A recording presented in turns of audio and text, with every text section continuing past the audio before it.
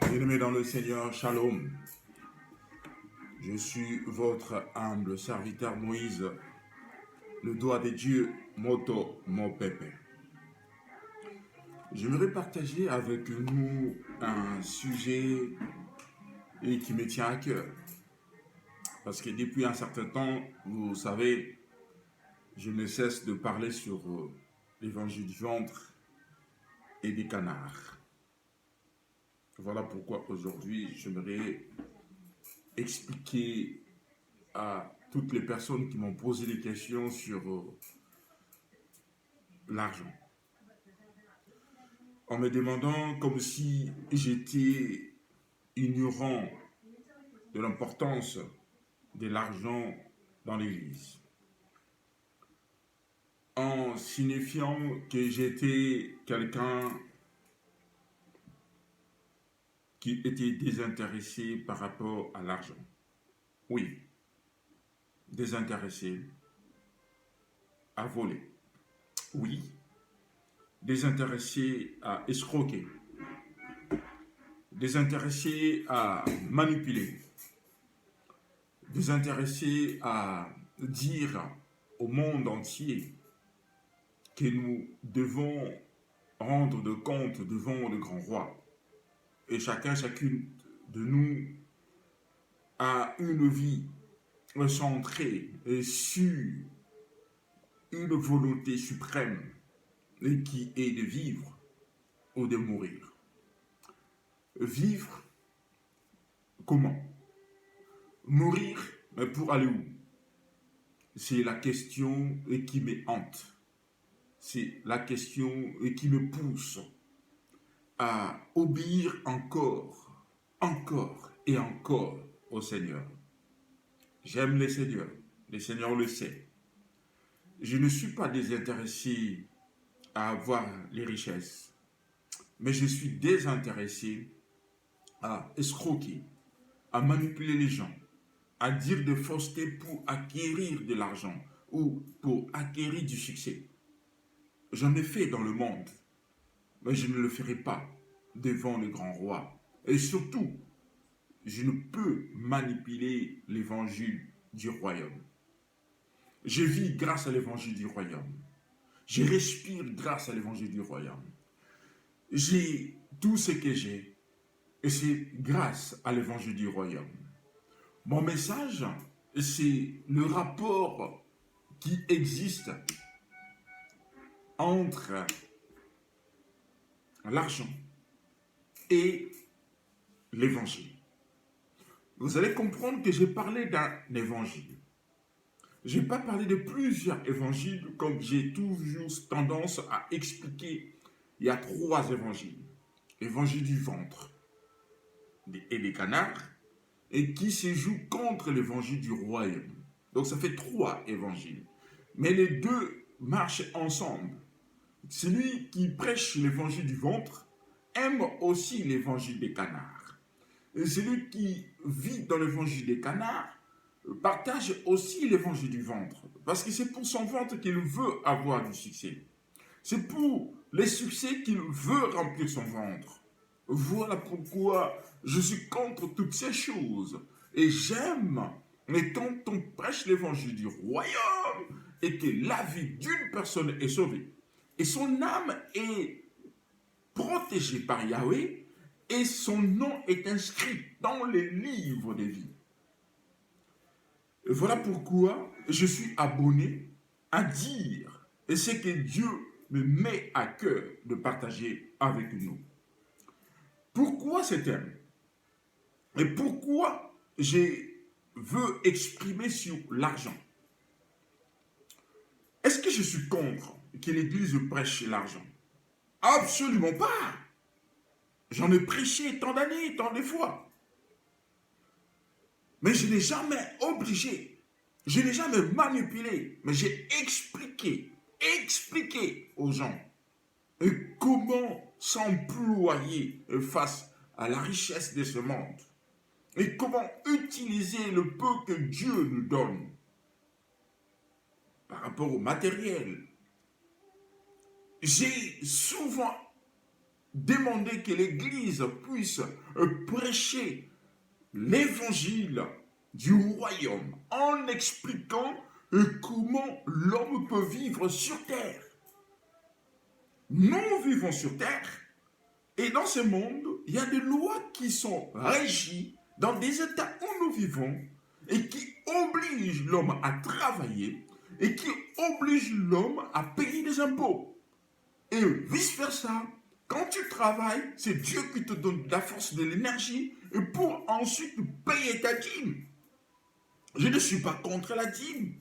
Je ne suis pas contre les offrandes. Je ne suis pas contre l'aumône. Je ne suis pas contre les actions de grâce. Et j'en fais, et j'en ai fait. Je même contribué à la construction de l'amphithéâtre du général Sonny Kafuta Rockman. J'ai participé à plusieurs constructions. J'ai donné pour la gloire du grand roi, du Seigneur des Seigneurs, de mon Shiloh. Et pourtant, personne ne m'a obligé, personne ne m'a demandé. Quand j'ai commencé le ministère, j'ai souvent tourné mon regard vers mes pères dans la foi. J'ai donné mes dîmes à mes pères.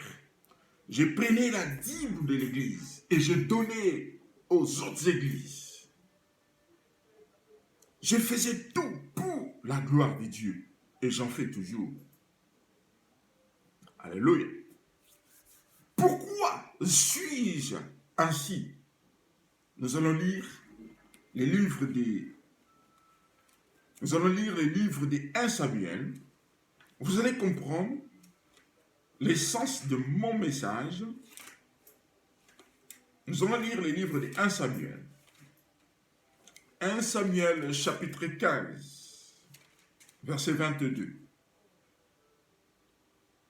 Samuel dit, l'Éternel trouve-t-il du plaisir dans les holocaustes et les sacrifices, et comme dans l'obéissance à la voix de l'Éternel? Voici l'obéissance vaut mieux que le sacrifice, et l'observation de la parole vaut mieux que la graisse des béliers. Vous voyez? Est-ce que l'Éternel trouve-t-il du plaisir aux offrandes des holocaustes? Et qu'est-ce que le Seigneur aime mieux? Le Seigneur aime l'obéissance à la place des sacrifices. Celui qui obéit à Dieu reçoit au centuple de tout ce qu'il fait ou de tout ce qu'il donne. C'est dans l'obéissance qu'on devient enfant de Dieu. C'est dans l'obéissance qu'on protège, on assure sa place dans le royaume des cieux. C'est dans l'obéissance que l'homme peut dire, je suis enfant de Dieu, je vis avec Dieu. Si je vis, ce n'est plus moi qui vis, c'est Christ qui vit en moi.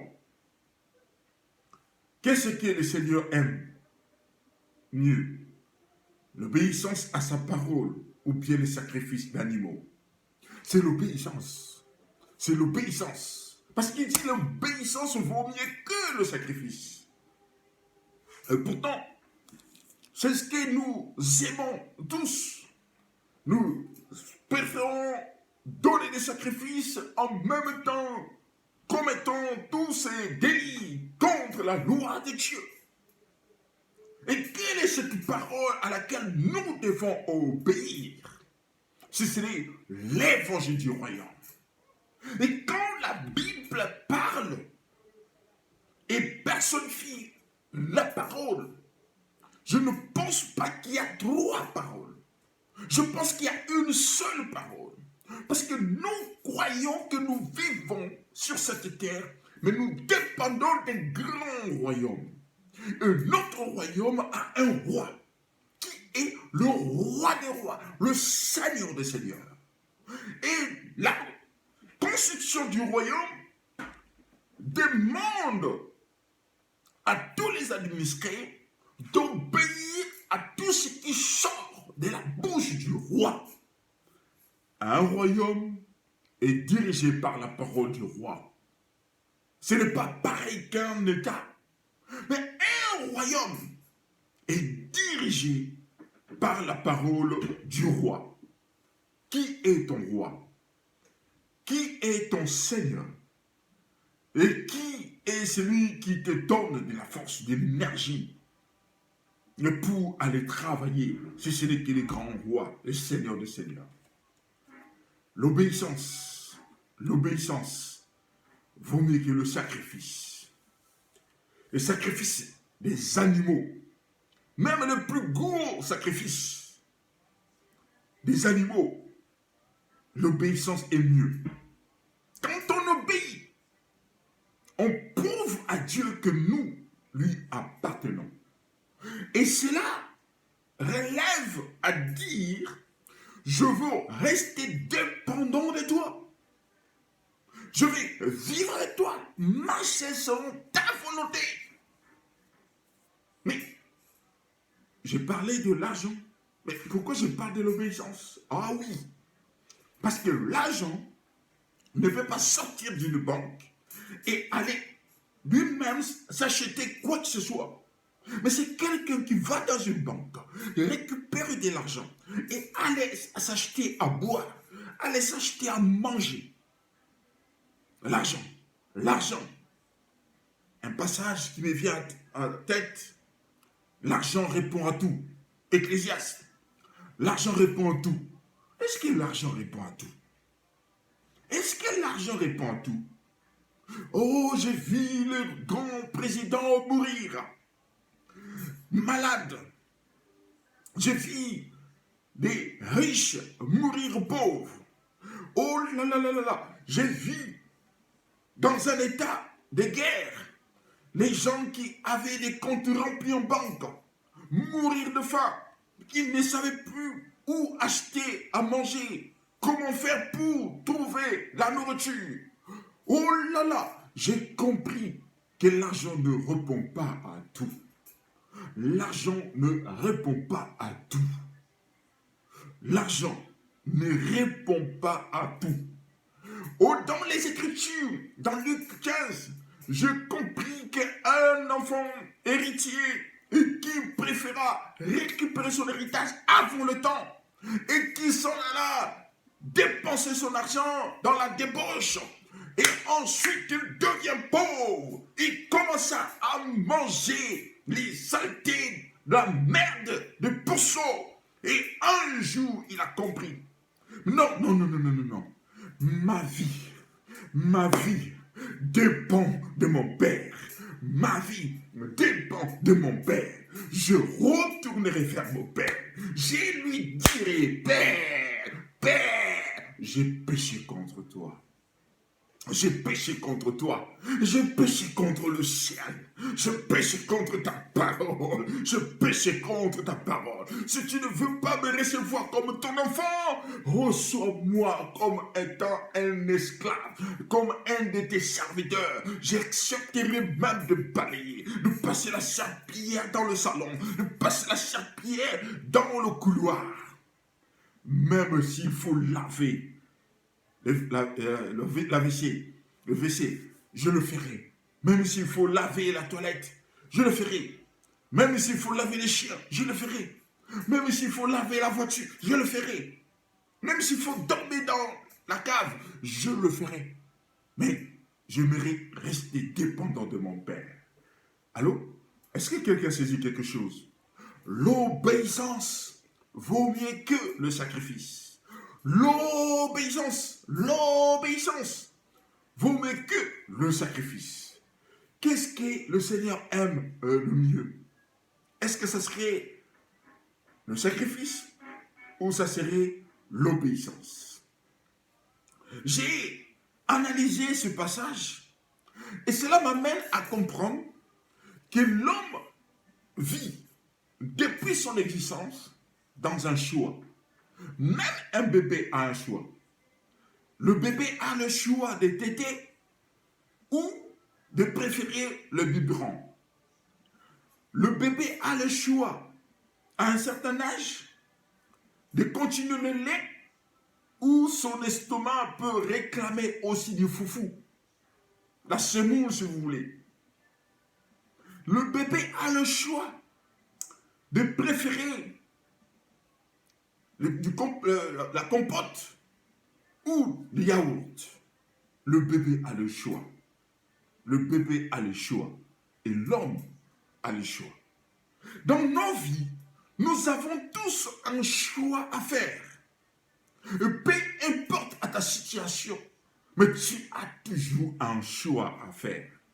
C'est à toi de faire un choix. L'obéissance vaut mieux que le sacrifice. Mais qu'est-ce que Dieu aime dans tout cela? Est-ce que Dieu aime le sacrifice? Oui, mais j'en ai des sacrifices à donner. J'en ai des sacrifices à donner. Quand je donne mon offrande, et quand je donne ma dîme, quand je donne l'aumône, et quand je fais des actions de grâce, et quand je jeûne, quand je prie, quand je lis la Bible, quand je médite les Écritures, et quand je partage la parole, ce sont des sacrifices que je fais à Dieu. Mais comment le faire? C'est par l'obéissance qu'on doit le faire. Allô? C'est par l'obéissance qu'on doit le faire. C'est par l'obéissance. Oh, un jour, je me retrouvais dans un magasin. J'ai vu, dans ce magasin, il y avait une boîte. Et à côté de cette boîte, c'était écrit l'offrande pour la construction de la mosquée. L'offrande pour la construction de la mosquée. C'est tout. Il n'y avait personne pour dire donne. Et mais je voyais les gens déposer les pièces de monnaie et dans la boîte. Mais le soir, la boîte était vidée. Le lendemain, c'était pareil. Mais je me suis posé la question, qui a poussé ces gens? Qui les a obligés? C'est l'obéissance. C'est l'obéissance. C'est l'obéissance. Oh, j'ai vu dans les grands temples bouddhistes en Inde, les gens donnaient leurs dîmes, leurs offrandes.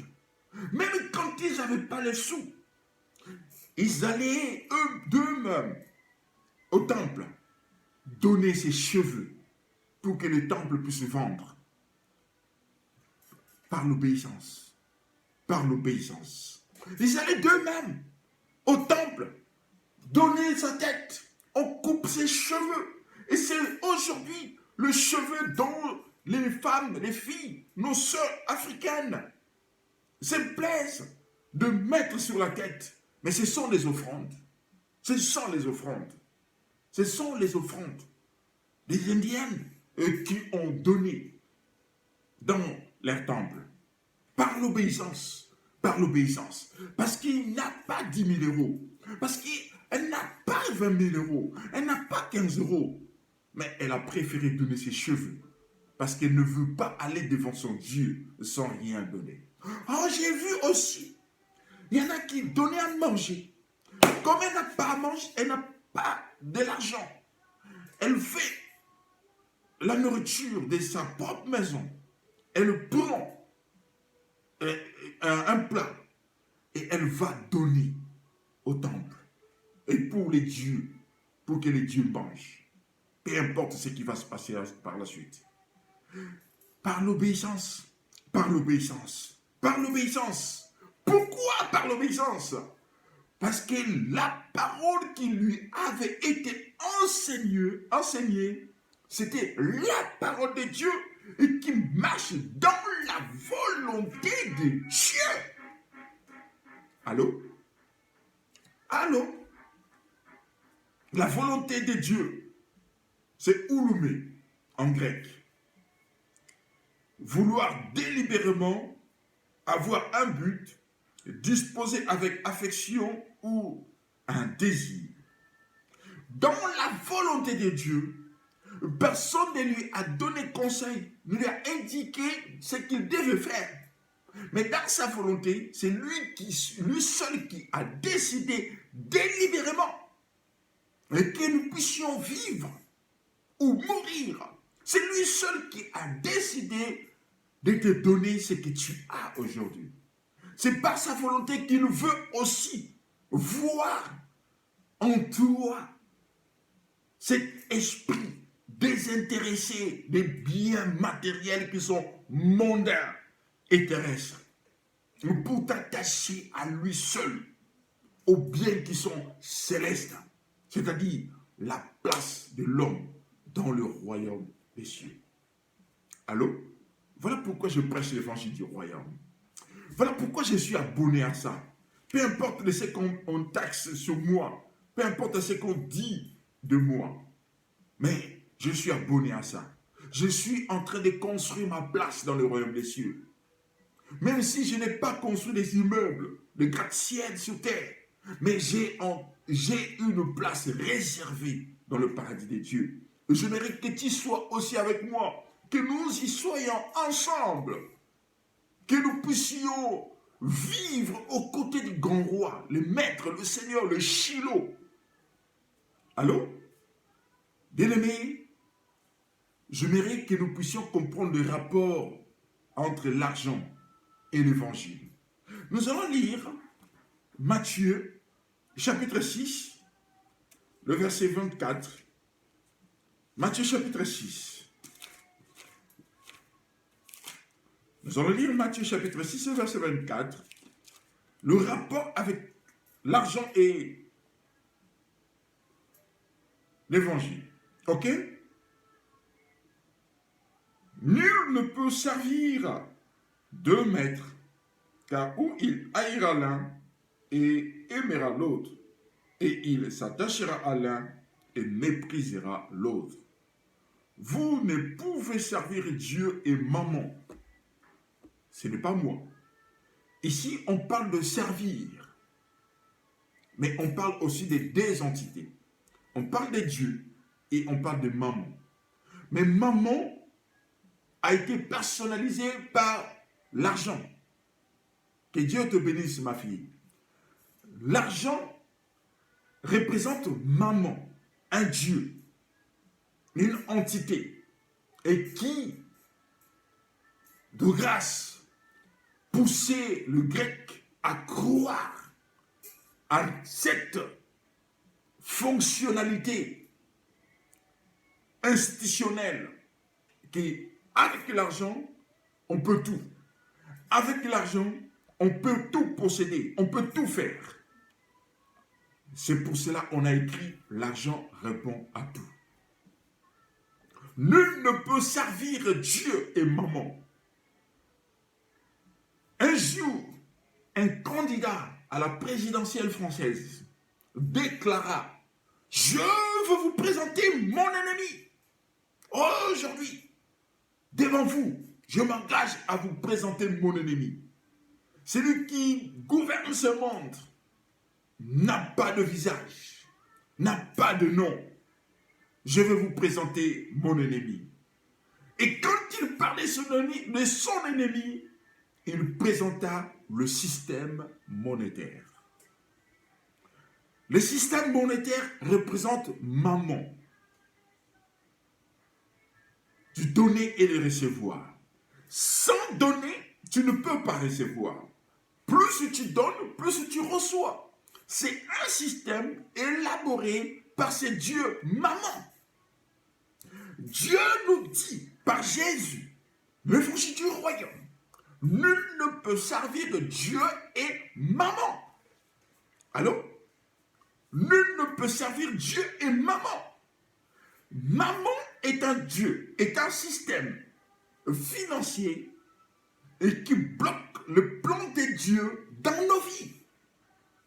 Et qui fait qu'en sorte, nous ne puissions pas obéir à Dieu, mais nous puissions croire à l'existence de l'argent. Bongo eko benga bongo, l'argent appelle l'argent. C'est ça le système de l'argent. Et ce système bloque le plan de Dieu dans nos vies. On n'arrive pas à obéir à Dieu parce qu'on croit que le fait que j'ai donné, m'a dit, le fait que j'ai donné à mon pasteur, à mon apôtre, à mon évangéliste, à mon docteur, à mon prophète ou ma prophétesse. Je suis déjà béni de Dieu, sans même obéir à Dieu. On préfère donner parce qu'on croit qu'en donnant, on est béni de Dieu. C'est pas faux, mais c'est une bénédiction terrestre. C'est là où Proverbe dit, c'est la bénédiction de l'Éternel qui enrichit et qui ne se fait suivre d'aucun chagrin. Pourquoi? C'est parce qu'il y a une différence entre une bénédiction conçue de l'homme et une bénédiction qui descend du ciel. Allô? Allô? Est-ce que quelqu'un comprend? Cette bénédiction du ciel, quand elle descend sur nous, elle nous donne une joie. Elle nous rajeunit. Elle nous enlève les rides. Elle nous enlève la fatigue. Elle nous enlève la faiblesse. Elle nous enlève les maladies et qui nous dérangent, qui rongent à l'intérieur de nous. Et cette bénédiction, merci ma fille, que Dieu te bénisse abondamment. Cette bénédiction ne peut que venir de Dieu. Notre Dieu est tellement puissant. Il est riche. Il bénit quand il veut, qui il veut bénir. Maman en grec veut dire mamonas, le Dieu de l'argent. Maman en grec veut dire mamonas. Nous venons de lire ce passage qui nous dit vous ne pouvez servir Dieu et maman. En appliquant le système monétaire, on ne sert pas Dieu. On sert maman. J'ai dit maman. On sert maman. Voilà pourquoi j'ai toujours l'habitude de dire l'évangile du ventre et des canards marche ensemble pour contrecarrer le plan de Dieu dans nos vies. Alors que dans le plan de Dieu, nous avons l'évangile du royaume et qui attire les bénédictions célestes, qui ne se fait suivre d'aucun chagrin. Maman, c'est le Dieu de l'argent, le Dieu de la prospérité financière, le Dieu du matérialisme. C'est Dieu qui règne actuellement dans le monde. Le Dieu du matérialisme. Et quelqu'un qui possède, il fait encore posséder. Au point d'aller déposséder l'autre pour posséder tout seul. Allô? Nous devons maintenant faire un choix. Servir Dieu ou servir maman? Qui a fait son choix? Moi, j'ai choisi à servir mon roi, mon Dieu, le Tout-Puissant. J'ai choisi de servir le grand roi, le véritable Dieu. Dans la vie d'une personne, nous devons savoir, il est normal que l'homme puisse faire un choix à tout moment, dans toutes les étapes de sa vie. Le choix est primordial. Faire un choix, c'est notre marche de chaque jour. Faire un choix, c'est notre mode de vie. Le choix de se réveiller. Le choix de prendre sa douche. Le choix de prendre son petit déjeuner. Le choix de ne pas prendre son petit déjeuner. Le choix de se lever pour aller au travail, le choix de ne pas aller travailler, le choix de se marier ou de ne pas se marier, le choix d'avoir des enfants ou de ne pas avoir des enfants. Nous avons un choix à faire dans la vie. Le choix pour le repas, manger du pondou ou d'un fumbois. c'est ton choix. Mbilinga ou Mwandu ou Mbwengi, c'est ton choix. Nous avons un choix à faire. Bikalakasa ou Makelele, c'est ton choix. Nous avons un choix à faire. Dans la vie, l'homme doit savoir faire des choix. Doit savoir faire des choix. Ici, le choix, c'est devant deux entités. Le grand roi, le véritable Dieu, et maman. Et maman. Je répète, maman en grec c'est mamonas. Et qui est un Dieu de l'argent. Le Dieu de la prospérité financière. Et qui s'appelle maman. Et c'est un Dieu qui bénit financièrement.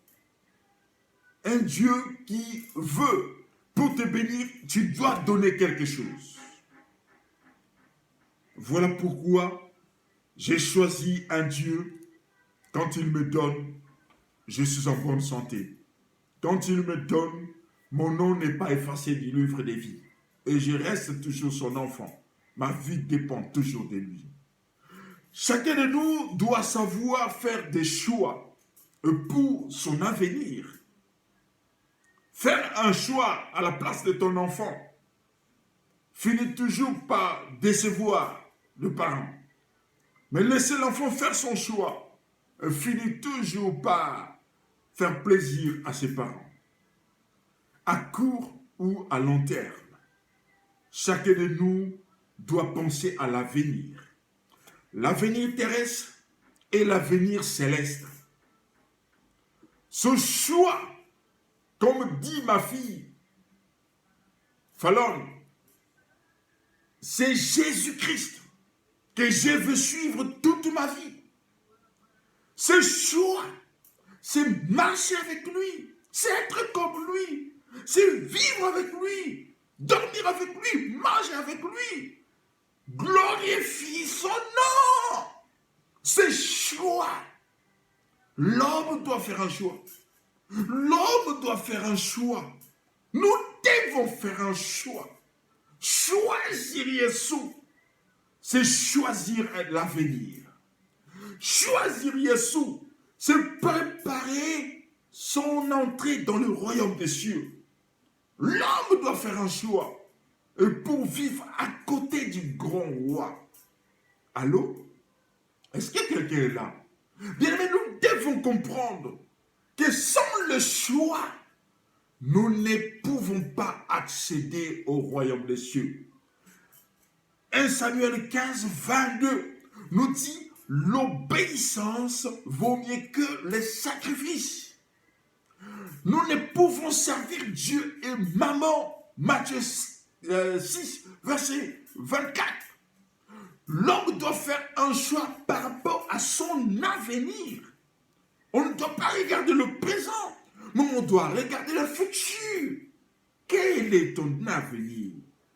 As-tu commencé à penser à ta vieillesse? As-tu commencé à penser à ton départ? Où irai-je? Où irai-je? C'est Pierre qui disait à Jésus, je crois, Seigneur, où irions-nous? C'est toi qui as la parole de la vie. C'est l'évangile du royaume. Où irions-nous? C'est toi qui as la clé du paradis. Où irions-nous? C'est toi qui as préparé une place. Où irions-nous? C'est toi qui as inscrit nos noms dans les livres de vie. Où irions-nous? Si ce n'est que marcher à tes côtés, te suivre chaque jour de nos vies. L'homme doit faire un choix. L'homme doit faire un choix pour son avenir. Ici, l'avenir, c'est elpis, en grec. L'avenir, c'est elpis, en grec ancien. Ok? Et c'est la personnification de l'espoir. Oh, mais non, non, non, non, non, non. On a suggéré qu'elpis ne devait pas être traduit par espoir. Oui, pourquoi? mais par attente. Par attente. L'attente que nous devons avoir, c'est vis-à-vis de tout ce dont nous avons besoin ici, sur cette terre. Qu'as-tu besoin ce matin? Que veux-tu que Dieu puisse faire pour ta vie? Dieu connaît le projet qu'il a formé sur toi. C'est le projet de bonheur et non de malheur. Il veut que tu sois prospère à tous égards. Il veut aussi te voir marcher à ses côtés pour ta protection. Il ne veut pas que tu sois surpris par l'ennemi. Voilà pourquoi il veut te garder avec lui. C'est ainsi que Jésus, dans la prière du Notre Père, il dit: donne-nous aujourd'hui notre pain de chaque jour. C'est la dépendance au Seigneur qu'il voulait nous faire comprendre. Nous sommes dépendants de lui en tout et pour tout. Nous devons conserver cette alliance avec Dieu, conserver notre place avec les véritables rois. Et je veux que chacun de nous puisse songer à son avenir. Nous avons une attente, l'attente de la bénédiction. Habakkuk dit: si elle tarde, attends-la, attends-la, car elle s'accomplira, et elle s'accomplira certainement. Elle s'accomplira certainement. Voilà pourquoi l'attente est aussi notre marche à suivre avec le grand roi. Nous pouvons recevoir les prophéties, mais nous devons avoir l'esprit d'attendre. L'attente, c'est au sens d'attendre ce qui va advenir. Qu'est-ce qui va arriver? Soit c'est une prophétie que Dieu a formulée pour toi, soit c'est un message que Dieu t'a donné au travers d'un homme de Dieu. Peu importe qui il est, mais Dieu a formulé un message au travers d'un homme de Dieu ou une femme qui te dit que Dieu va te bénir ou Dieu va te visiter. Tu n'as pas à aller chercher de gauche à droite. Tu as juste à attendre le temps que Dieu a donné pour que cela arrive jusqu'à toi. C'est pour cela, Habakkuk dit: si elle tarde, attends-la, elle s'accomplira certainement. Donc, l'avenir, c'est attendre ce qui va arriver, ce qui va venir. L'avenir, c'est une attente de chaque jour. Voilà pourquoi quand Jésus a exprimé son retour en disant: je suis avec vous jusqu'à... c'est dans Matthieu 28. Dans Matthieu 28, il dit: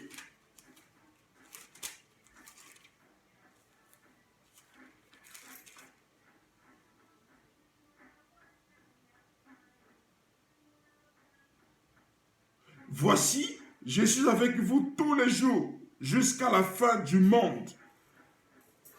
Jusqu'à la fin du monde, nous ne voyons pas le Seigneur, mais il vit avec nous. Et c'est le même Seigneur qui dit qu'il vit avec nous, il est avec nous. Nous l'avons par la parole de l'évangile du royaume. Et c'est même parole qui dit: il revient bientôt. Et le bientôt de Jésus, pour les Hébreux, le bientôt veut dire peut-être aujourd'hui, le soir, peut-être demain, peut-être après-demain ou le lendemain. Le bientôt veut dire tout simplement: nous devons se préparer à tout moment. À tout moment. Chaque jour de notre vie, nous devons nous y préparer à attendre le retour glorieux de notre roi, le Shiloh, le Seigneur de Seigneurs. Je reviens bientôt. Je reviens bientôt, c'est le sens du message. Le bientôt veut dire promptement, vite, vite, en grec. Promptement ou vite, vite. Ça veut dire qu'il va venir très vite. Pour eux, très vite voulait dire, il faut que je sois tous les jours prêt. Voilà pourquoi, dans Actes des Apôtres, après que Jésus est monté au ciel, les disciples ne pouvaient pas se disperser, n'eût été l'arrivée du Saint-Esprit. Ils attendaient celui qui était comme lui. Ils voulaient tous être réunis. Dans les Actes des Apôtres, la Bible dit qu'ils étaient tous ensemble au même endroit. Ils ne bougeaient pas. Ils ne changeaient pas les habitudes. Mais ils continuaient à glorifier Dieu chaque jour dans le temple. C'est ce que nous devons faire par rapport à notre attente. L'attente veut dire rester connecté. Active ta Wi-Fi céleste, spirituelle, et permet à ton esprit de rester connecté au ciel pour recevoir les informations. Allô? Allô? Est-ce que quelqu'un m'entend? Bien, mais nous devons comprendre que nous devons rester connectés, connectés, connectés, connectés. Je vais m'arrêter ici par rapport à l'avenir. Je m'arrête ici. Je verrai que chacun de nous puisse prier. Dis à ton Dieu, Père, j'ai suivi ton message, j'ai écouté et j'ai compris. Et je te demande maintenant de me rendre obéissant à ta parole. Aide-moi à reconnaître ta place dans mon cœur et à te laisser diriger ma vie. Nous allons prier. Seigneur, je me remets entre tes saintes mains. Je te prie, Saint d'Israël, de te manifester puissamment sur ma vie et de prendre toute ta place dans mon cœur. Prends le règne de mon cœur, prends le règne de mon esprit et dirige mes pas de chaque jour. Prends le contrôle de mon intelligence, de ma sagesse, de ma connaissance et dirige mon cerveau et sois le maître de ma vie. Tu as été la nuit avec moi et je te remets la journée d'aujourd'hui. Bénis ma soeur, bénis mon frère, celles et ceux qui écoutent et ceux qui vont écouter plus tard. Je te glorifie parce que ce message va aider quelqu'un à revenir à toi. Je te bénis pour tous les hommes et les femmes qui servent l'intérêt du royaume et qui vont aussi prêcher ce message pour la gloire du Tout-Puissant. Je te glorifie de ce que tu es notre Père, toi qui nous donnes notre pain de chaque jour. Seigneur, bénis ma soeur, Seigneur, bénis mon frère. Protège-nous par ton Esprit Saint et l'Esprit de l'Église ne nous quitte pas. Que ton esprit de bonne volonté vienne nous soutenir dans nos faiblesses, pardonne nos péchés. Lave-nous complètement de nos iniquités, purifie-nous de nos péchés. Rends-nous propres, plus blancs que la neige, comme déclarent les Écritures dans Ésaïe 1, 18. Je te bénis de ce que tu es Dieu, le Dieu qui exauce mes prières. Merci de me rendre obéissant. Merci de me permettre à comprendre ton évangile. Merci de m'aider par ton esprit à prêcher l'évangile du royaume. Merci de m'aider à sortir de l'évangile du ventre et des canards. Merci que je puisse continuer à t'obéir, à te servir tous les jours de ma vie, jusqu'à la fin et à l'éternité. Je te glorifie, Dieu vivant, de ce que par ma bouche, tu bénis ma soeur. Par ma bouche, tu bénis mon frère. Par ma bouche, tu bénis ton Église. Et tu bénis celles et ceux qui servent devant ta gloire. Je bénis tous les vainqueurs. Et je bénis tous les vainqueurs dans le pays et à l'extérieur du pays.